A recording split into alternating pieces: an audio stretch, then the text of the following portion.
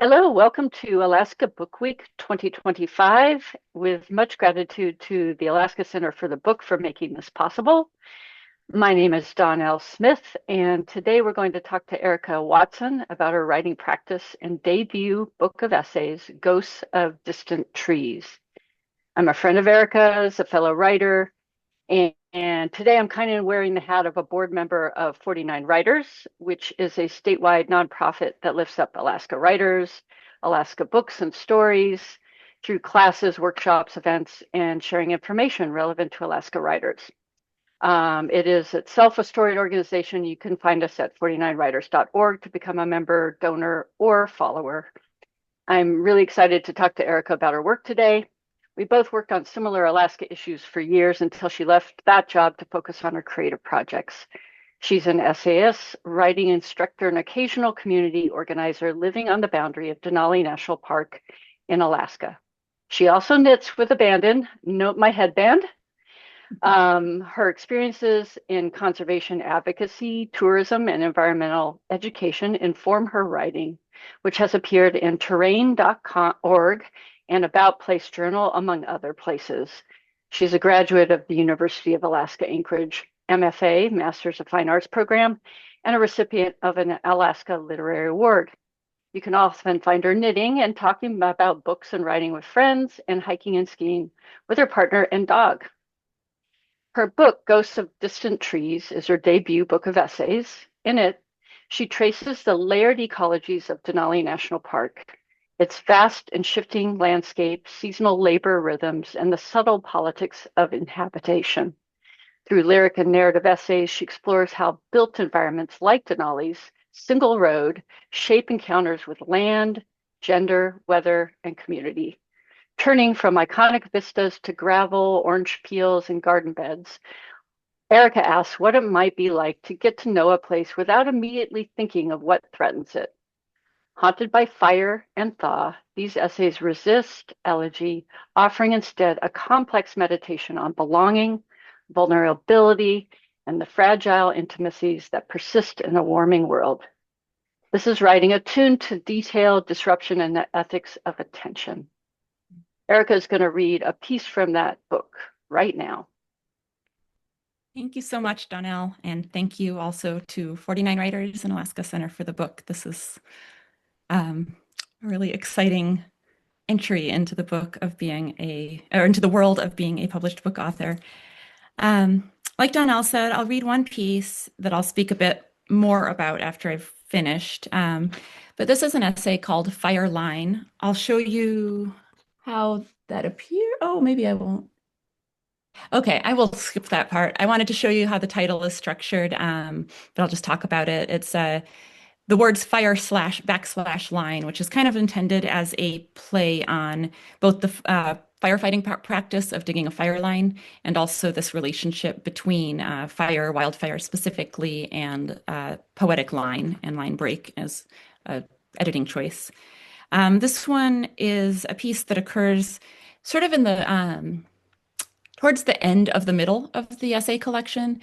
This book does not have a single narrative arc, but I think readers will find some pretty strong threads between certain essays, especially, and able to follow those through lines throughout the collection. And this is one that speaks to those central narrative arcs. And I also chose it because of the relationship and the conversation that I think Dawnell and I will have today and the overlapping professional experiences that we've had. It does acknowledge that I spent several years working in Alaska conservation advocacy, and a lot of this collection doesn't address that work and those experiences directly, but I am really aware, especially in the editing process of some of the older pieces, I'm really aware of how that thinking and those experiences informed how I wrote about other content. And this is, though, one of the few pieces that does come from those years specifically. And Dawnell, you might recognize some of the specifics that it addresses. So that's, I'm not quite going to jump in. It's also the piece that the title of the book, Ghosts of Distant Trees, comes from. I might say a bit more of that after I have shared it. The summer of 2019 was one of heat and smoke, local and national political upheavals, and sleepless nights. Drastic cuts to Alaska's education and healthcare were met with protests and legislative chaos. My work in environmental advocacy meant immersing myself in the Trump administration's extraction agenda rather than in the places we worked to defend. The sun hung in the orange sky like a dull balloon. But in quiet moments between rage, anxiety, heat exhaustion, and respiratory ailments, when I found myself alone with the smoke of 131 wildfires burning our forests and winding through the mountains and valleys to our front doors or fish camps or trailheads, I found myself having this feeling, a calm nostalgia, a wistful sense of the person I once was before I knew things I know now. I first came to Alaska to work at Denali in the summer of 2004, which was a record-breaking wildfire year. For years, I'd speak and write about that summer, but leave out the smoke, the chronic coughs and glazed eyes, the fact that on my first bus trip into the park, I didn't see anything but the hint of a distant horizon. I beelined with a stranger into the cold water of Wonder Lake because we couldn't stand the thought of another minute coated in the hot dust of the park road with no chance of rain. It can take decades to understand context. Memory is selective, and what I remembered best was the magic. But senses are a bit of magic too, and a scent memory will hold you. 15 years later, on the front steps of a friend's cabin in Fairbanks, a full breath of smoky air brought me back to my early 20s, to something of the unrecognized possibility that life stage held for me, and to my unabashed trial and error style of moving through the world. It happened again the next evening in my garden, after the sun dropped low enough that it was cool enough to work. I laughed at it. I knew better. People were evacuating their homes. I must be delirious, I thought. I haven't slept right in days because it's so hot. Ash fell from the sky. My every action was impeded and second-guessed by paralyzing anxiety. Who was I to fondly remember skipping down a river bar in this unworldly golden light born of other people's forests burning? But to give my younger self some credit, I was not without information in 2004. I understood that wildfire is an essential part of any forest's ecology. I was raised by wildland firefighters. When my dad brought home a giant sugar pine cone from the late 1980s fire in Northern California, I liked to breathe in the smoke smell it still held. When its scales closed up with each rain, even from where it sat on an inside windowsill, I learned that this was to protect the seeds the fire it was saved from could have released. That destruction was not linear, that life came from fire. I grew up averse to or inept at most physical labor, but rest assured, I played fireline more than house as a child, and I knew the ecological and spiritual value of regeneration. I understood that the world was warming. Al Gore said so. Pollutants, including smoke, travel. In the moment, I was more caught up in the mystique of Siberian fires than those burning off the nearby Steese Highway, but my body absorbed the carbon of both from the wreath of smoke crowning the subarctic. I knew, at least in theory, that oxygen deprivation can make you a little loopy. The list of what I didn't know is longer and well-trodden in the memoirs of every white lady who travels north and thinks she's found something. You can fill in the gaps. For example, I didn't know the actual realities of the places the fires burned. I saw only the smoke, not the flame. The places, like any places, were full of people and politics and dogs and bird eggs and tiny intricate mosses that might not even be named. The political fixation with oil runs deep here, deeper than I could understand even hailing from another red state during the start of another endless war for oil. I hadn't really recognized the way extraction resembles religion, the way some believe oil drilling is synonymous with survival, even as the fires burn hotter and glaciers disappear and hillsides collapse in on themselves. I didn't really get fireweed. Like, I got that in a literal sense. It is a flower that thrives in disturbed soils and blooms bottom to top. But I didn't really get it, you know? The way it signals time, the way it tells you the land has been through something and is blooming, the way years and months speed up and suddenly you're talking mortality when you only meant to talk seasons and forest cycles. That flower can derail a conversation or a whole summer if you talk about it too long. More than 6 million acres burned that summer. I had to look it up. And I'm spelling it out for you here so those words can turn around in your mouth too, in case you, like me, don't really know what to make of a long string of zeros. It set records that 2019 didn't come near breaking, with only 2.5 million acres burned by summer's end, even as other records were plowed down. The hottest days, the least snow, the earliest bloom, the most emails received asking for a legislative override of an Alaska governor's budget. There were a lot of zeros in that budget, too, and plenty of smart people laid out what each one meant, whose lives and livelihoods are hung in each vetoed digit. Look those up. I'm just here to figure out what to do with the smell of smoke. There's a lot to be said for the early 2000s, the George W. years, the no blood for oil years, for my first view of hazy hills above tree line obscured by the ghosts of distant trees. I keep wondering, if the smell brings me back there, what can it offer me now? I found myself turning to a lot of poetry about fire, which, unsurprisingly, is often also about politics and, like fireweed, about death. And since the 2016 election, I returned often to Anna Akhmatova, the Russian poet who documented the Stalinist years in stark verse that's felt pretty resonant of late. After my late night gardening, the sun painted deep orange by smoke, I Googled fire poems again and found one that I'd skipped or forgotten in the haze of the first Trump years, titled July 1914. Akhmatova writes of a smoldering fire in a forest I imagined not unlike the boreal forest around me, bogs drought dry and aspen leaves stilled in windless, smoky air. The next stanzas tell of a prophecy of terrible times, of violence and disaster, and then the prophet says, "But our land will not be divided by the enemy at his pleasure." In a later poem, titled by its first line, "I am not one of those who left the land," Akhmatova speaks of many of her contemporaries' exile from Russia and her own choice to stay despite persecution. She says that the flattery of the enemies of the land and people leaves her cold, and her songs are, quote, "not for them to praise." And maybe in these lines and the countless other poems, songs, and prayers that urge us to draw rage, heat, and creation from fire, I hear the lessons from the land and those who have long been its caretakers. I hear them urging us to stick it out.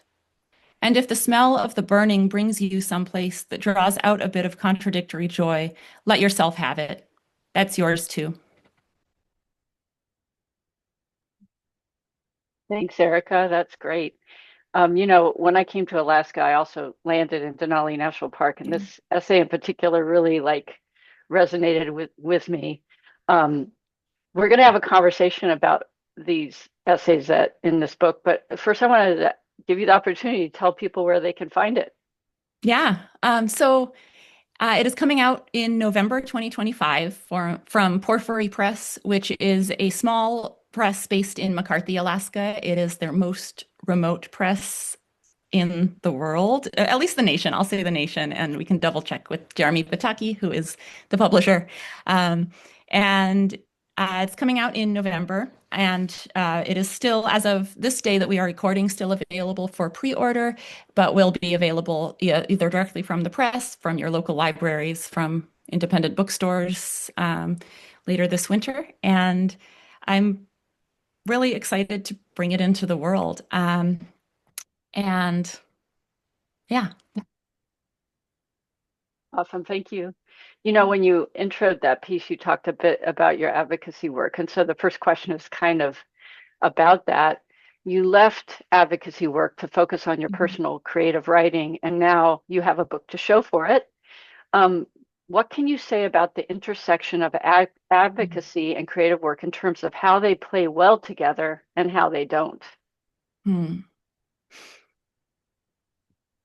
going to delay answering a little bit to just talk a bit about the process of completing these essays. I don't want to give the impression that I left advocacy and then immediately just churned this out and it was finished. It's been a few years, but it's been a slow journey for me to figure out what this collection needed in order to be finished. So that return to creative work was kind of cyclic.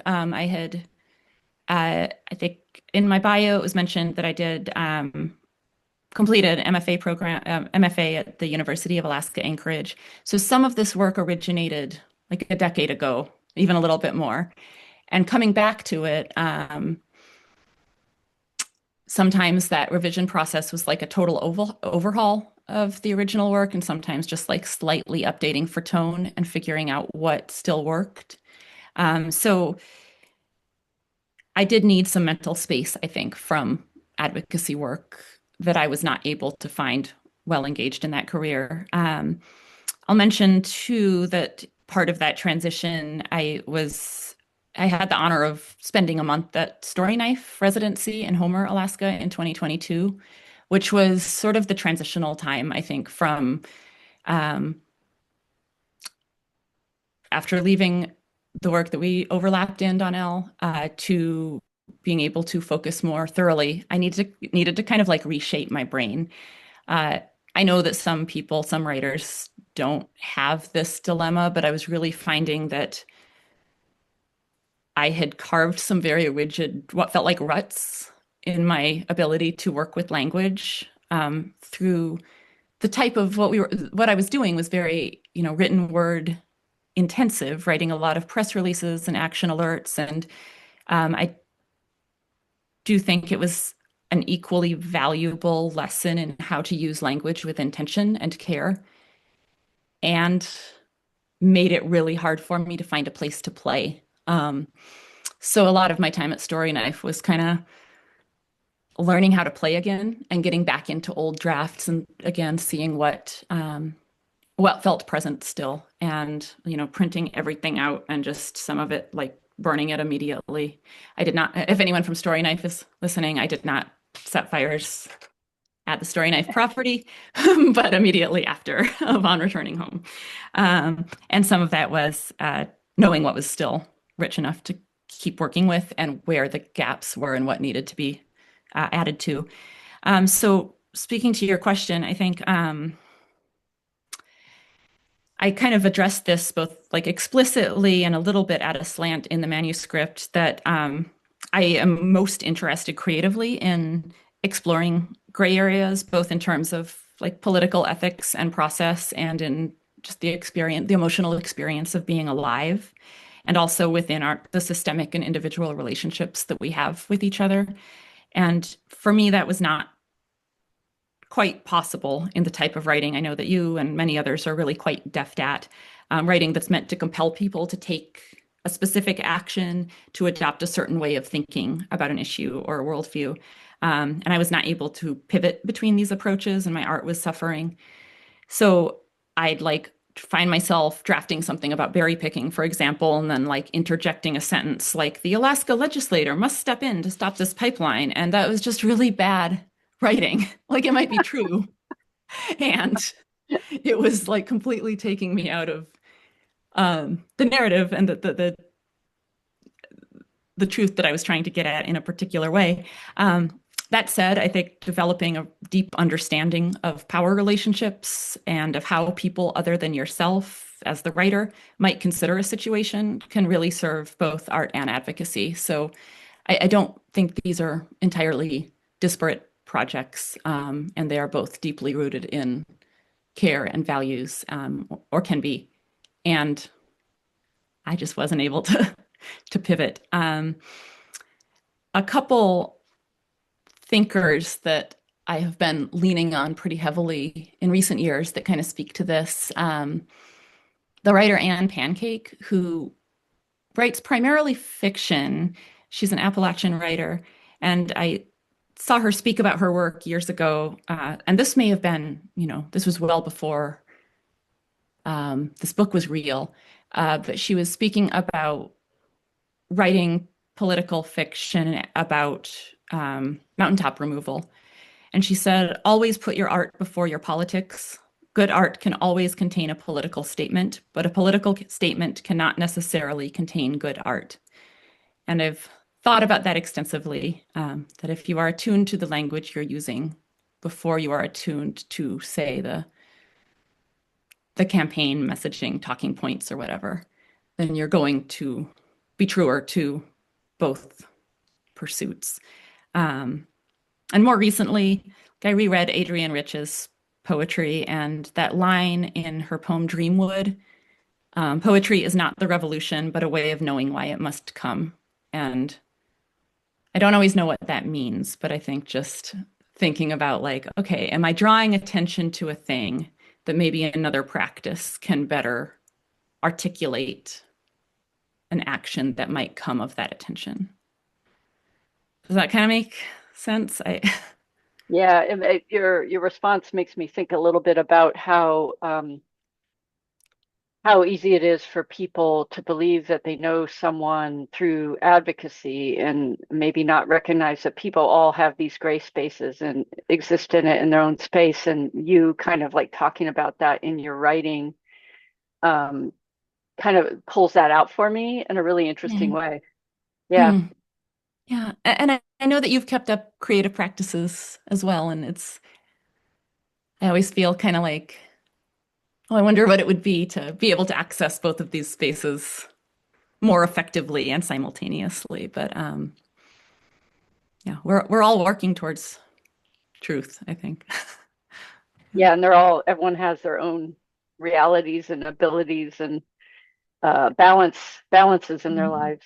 But Yeah. this conversation actually brings us to the second question, and I don't think this is a new concept to you at all. But I I was wondering if we could talk about these essays in terms of the narrator's ambivalence to Mm. crises or the various iterations of crisis.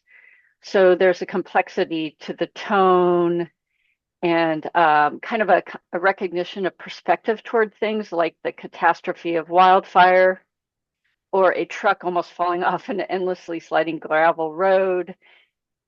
At the same time, there's this sort of low key fury at how there's a misplaced focus on what the actual crisis is. Mm. Can you speak to that and how this ambivalence serves the book, but also how you think it might resonate right now in the face of all the real and performed crises in front of us? Phew. That was kind of a big question. Yeah. I mean, I think you're not the first person to use the word ambivalence. And I've had to think about that a little bit and like it feels true to me. Because I have such a tortured relationship with both hope and despair, which I think, especially in writing about climate change and um, which I mentioned the kind of acentral narrative arc through these essays, climate change and a rapidly changing environment, specifically at Denali National Park, with sort of gestures towards the global elements of these changes. I think hope and despair can feel really limiting, both in art and just like spiritual practice, which I'm not adept at spiritual practice. So maybe that's also something else that this comes from. So and the word ambivalence is a comfortable space for me. And also I've been kind of interrogating why as well. When you first brought up in an earlier conversation, when you kind of articulated this question, I I've been reading this book. I'm learning to not hold up papers to the camera with this blurred, but I will say it clearly, and if it sounds interesting, folks can look it up. But I've been reading very slowly through the summer a book called Death by Landscape by Elvia Wilk, and it's sort of a blend of literary criticism and personal essays, which I think it turns out is a genre I really enjoy. Um, but kind of unsurprisingly, the section on climate writing, Wilk is primarily looking at climate fiction, mostly written work, but also some film analysis. And there's two texts that she put in conversation with each other. The movie Melancholia, which I won't say a ton. I hated it from what I remember. It's the one where the comet is like slowly crashing in towards Earth and like gravity doesn't seem to exist and all the characters are insufferable. It's that one. And then a Michelle T novel about a character who is experiencing fairly like realistic near future climate disaster while also experiencing heartbreak and addiction and sort of personal crises amidst a global crisis. So she's looking at both of these and how they resolve that sense of like catastrophic release. And the passage I wanted to share that At the end of Melancholia, the film, the comet hits hard and fast. This is satisfying because it is spectacular, sudden, and singular, marking a before and an after. I felt my own desire for cataclysmic marking points, definitive endings after which something new might begin. It's not just me. Literature and psychoanalysis and historical narratives all pursue revelations, revolutions, and grand finales. But planetary explosion is rarely the way things change. They are more likely to change the way that T, the novelist, portrays them, which is slowly and unnoticeably. Change is more about the threshold of noticeability, the moment at which you cannot help but notice that the comet is already destroying the planet and has been for a long time.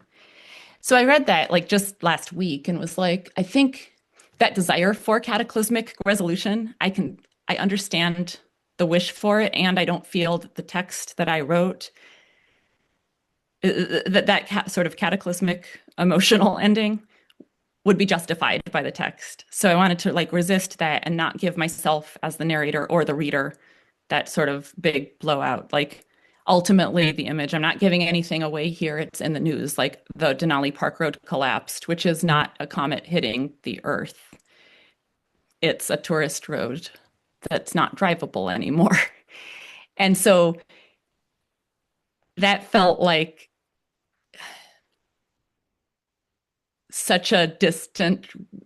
there was such a distant relationship between that and true catastrophe.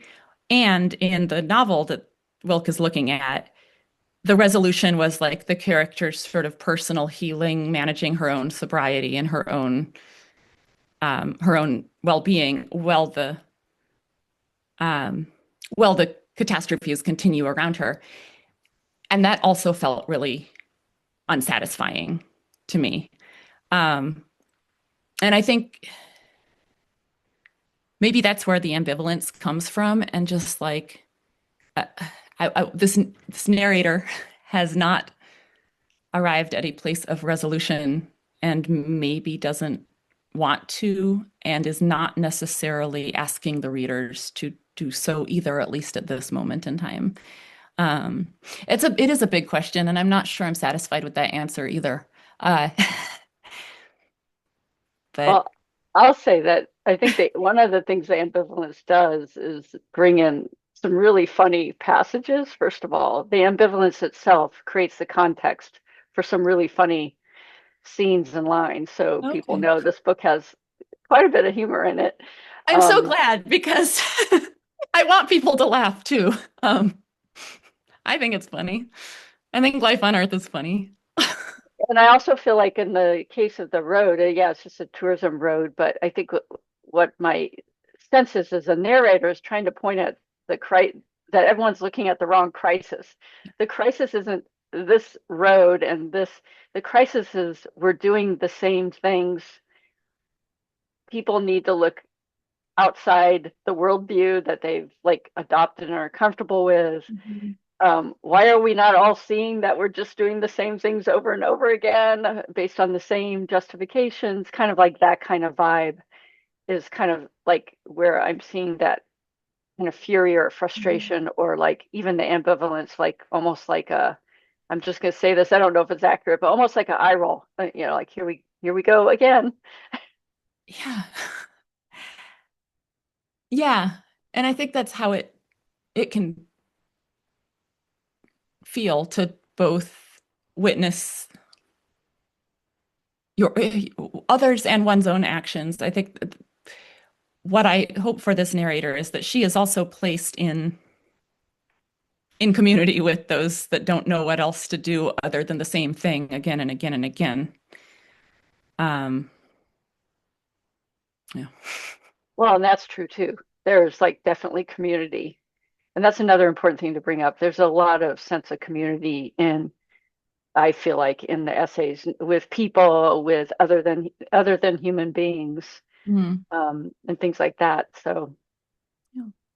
Um, so if you don't mind, I'm going to shift to a slightly different question that relates to context and just kind of like how does it feel to bring this book into the world at a time when National Park Service, which is a Mm. institution that's talked about throughout these essays, is facing systemic destabilization, And how did that reality inform the editing of the book and kind of your thinking around the book? Yeah. Yeah. So I think just I'll give a couple little biographical notes to speak to some of what Dawnell just mentioned. And this is also included in these essays. But my relationship to the National Park Service is pretty lifelong. And uh, I grew up in a National Park Service family in the lower 48, came here to Denali in college. Just getting summer jobs in a national park was a fairly comfortable and safe thing to do that still felt like a complete remove from where I had been. And writing into that for this manuscript was kind of a way of interrogating, like, well, what was that really about? And it was this, youthful negotiation between comfort and departure, and sometimes you find yourself just kind of cycling through that for a very long time. And the community in which I've found home is a National Park Service community. And I know that many readers will also know this community and, like Dawnell, have relationship to it. And that doesn't, so it's like,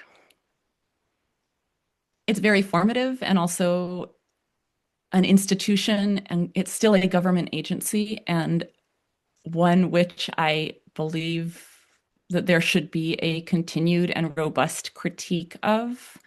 And so I was doing revisions on the manuscript in like January and February of 2025.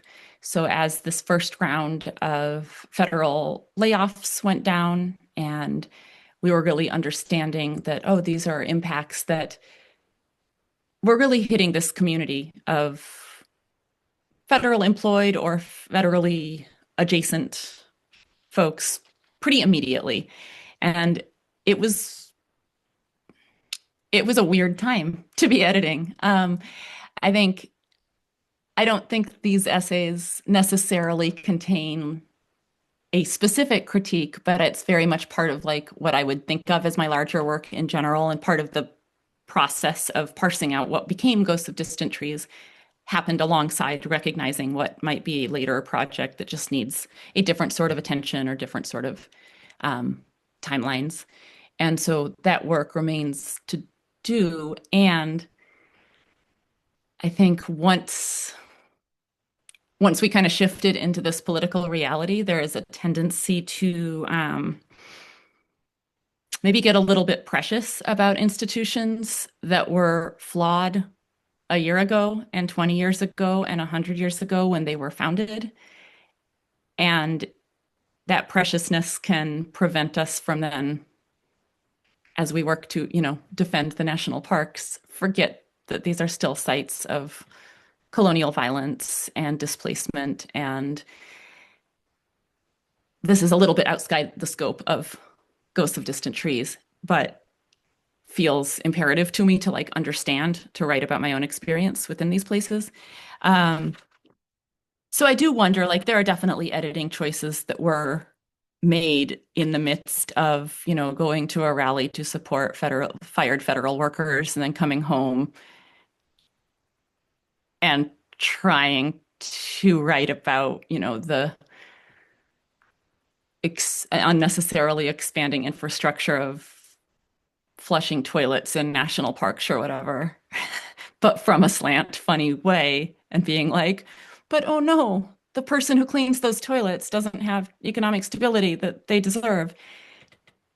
And trying to navigate like that is outside of the scope of this essay. Nothing that I'm trying to say is untrue because of a systemic financial destabilization of a employer. Yeah, oh, and then I guess like in the midst of this, like I remember asking my publisher, like, should I write an afterword that explicitly addresses these instances and like this political situation that we're in? And he was like, no, because then it will just like limit this book to a moment in time. That said, like there are events that take place in the book in a moment of time that you can look up and find the dates, or some of my readers were there for them as well. So, there is sort of this strange relationship with time. Um, but I think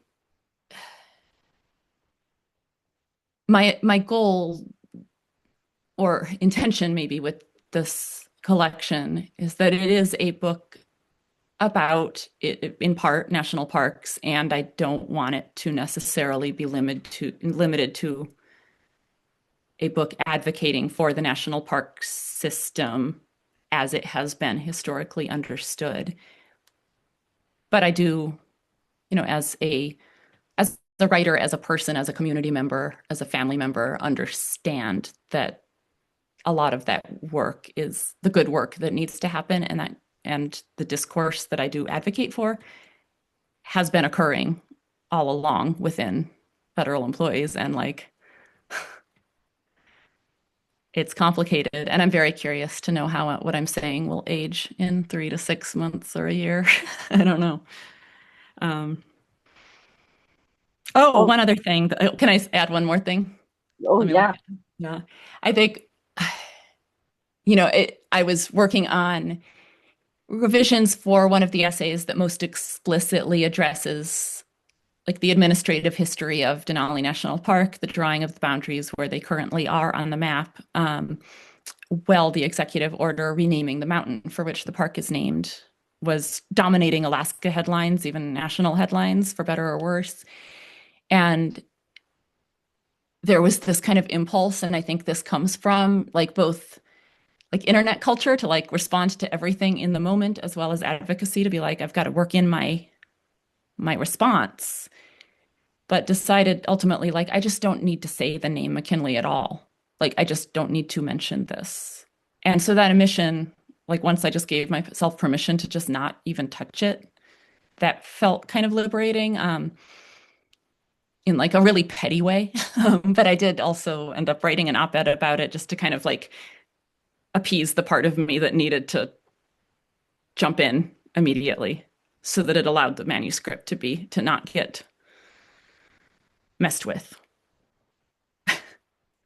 Yeah, that's really interesting. The idea of feeling the need to respond in the moment to a thing happening in the moment in a book that you have to finish years before and that takes time to get out there. And I wonder, like, kind of as maybe the last question, um, in this essay, the essays are kind of shorter, right? Yeah. And I don't know if you'd call them a micro. I think you sometimes have said flash or micro. Um, and I'm wondering how using that form of essays kind of leaves some space for the reader, Hmm. or how do you think it influences the narration that kind of like pulls back from that moment in time sort of thing? Hmm. Yeah, I do really appreciate you used the word space. And I do appreciate reading a text that leaves me as a reader some space, whether that's like literal white space on the page or sort of sparse prose that allows me to fill in details. So I do like when I feel like I am doing the truest work towards like what serves the relationship I want to have with the reader, I want to give them that same space to to stretch their own minds and to maybe fill in their own details or interpretations and understandings. I do read a lot of poetry, and I think that does uh, influence the choices that I make. I don't know how to talk about poetry, though. I'm finding, arguably, I've like lost the skill of critiquing, what it is that makes a piece of writing do what it does. But I think just having an imagination that's like infused with intentional line breaks and skip and spaces, and something I really found that I wanted in working on the design for Ghosts of Distant Trees is a lot of line breaks, and you'll see a little graphic that the graphic designer who worked with us on this came up with of a tree in between these line breaks. And I was like, oh yeah, as many of those as we can possibly fit in. Um, and so both that space to breathe and to interpret. And then also in terms of brevity and flash writing, I think we transitioned from like talking kind of about that the internet culture and internet writing, and I'm sure that has something to do with it, just like our shifting attention spans. But I also think that like flash prose can be such an effective way of highlighting just the bare minimum that you need to understand a moment or person or experience. Dinty Moore, who's written, I think, is sort of like a definitive voice on nonfiction, and is the editor of Brevity. And he said something about like Flash being like under 2,000 words, I think, and just that brief moment in the human experience. And I do appreciate that. There's one essay, Last on the Dance Floor, which is I'm not giving anything away, but there's a short piece about abortion, and that piece originally was like 17 pages long and included so much mundane details. I reached out to Planned Parenthood of Alaska and got a bunch of statistics and was going to like integrate all of this data and like talk to other people about their experiences. And then I submitted it once and got a rejection that was kind of like, wow, this is long, good luck. Um, and then we read it and it was like, no, most of this does not need to exist. What does serve the story that I want to tell are the mundane details, but with a lot of space. And it ended up being little numbered sections. That's, I think, 4 pages as it's currently laid out in the book. And most of what I'd initially drafted just like didn't serve the piece. And something else, you're catching me like at the end of a summer season where I've started 14 books and they're all like open. So I'm like reading from the introductions of everything. But I'm reading my first craft book about Flash nonfiction and was kind of blown away that Dinty Moore in this is called it's the Field Guide to Writing Flash Nonfiction. And Dinty Moore describes the brief essay. In a longer piece, the writer is like a hiker, maybe meandering and switchbacks and like encountering little things and taking a detour, etc. And in a flash piece, the reader is not a hiker, but a smoke jumper, one of these brave firefighters who jump out of planes and land 30 yards from where the forest fire is burning. The writer starts the reader right at that spot on the edge of the fire, or as close as one can get without touching the actual flame. And I read that and was like, oh, this is totally about me, but also contradicts what I want to do with this collection of like creating a distance from the flame. So I'm really interested in that metaphor, and I don't know that I agree with it, but I really like that idea of both proximity to the fire and then pulling the reader away equally quickly. Firefighters listening to this might be terrified at my rampant use of firefighting analogies, but yeah, it's a fun form, and I think can do a lot to build a relationship with the reader, and I like that. Well, I feel like in the essays do that. There is that being just plunked into that. We're going to say the word fire, but Okay. and I guess saying the word fire works here because ash and gravel and those things are part of Mm, your book of it. That's like the grittiness is there. And also I think there's this reflective space. And so I mean I think you effectively have done that, and maybe her use of firefighting smoke jumpers isn't ideal, but I think it would give people the idea. Um, so I'm just curious if you have any kind of last words about mm, about your book or your practice. mm. I think one more.